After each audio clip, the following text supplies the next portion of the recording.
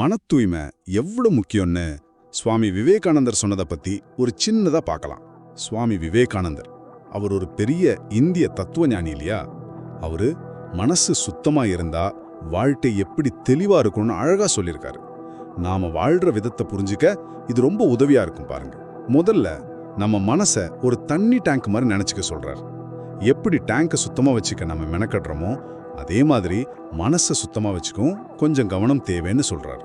அடுத்து பாருங்க, மனசு எவ்வளவு தூய்மையா இருக்கோ அந்த அளவுக்கு நம்ம எண்ணங்களும் சரி செயல்களும் சரி ரொம்ப தெளிவா இருக்கும், குழப்பமே இல்லாம இருக்கும்.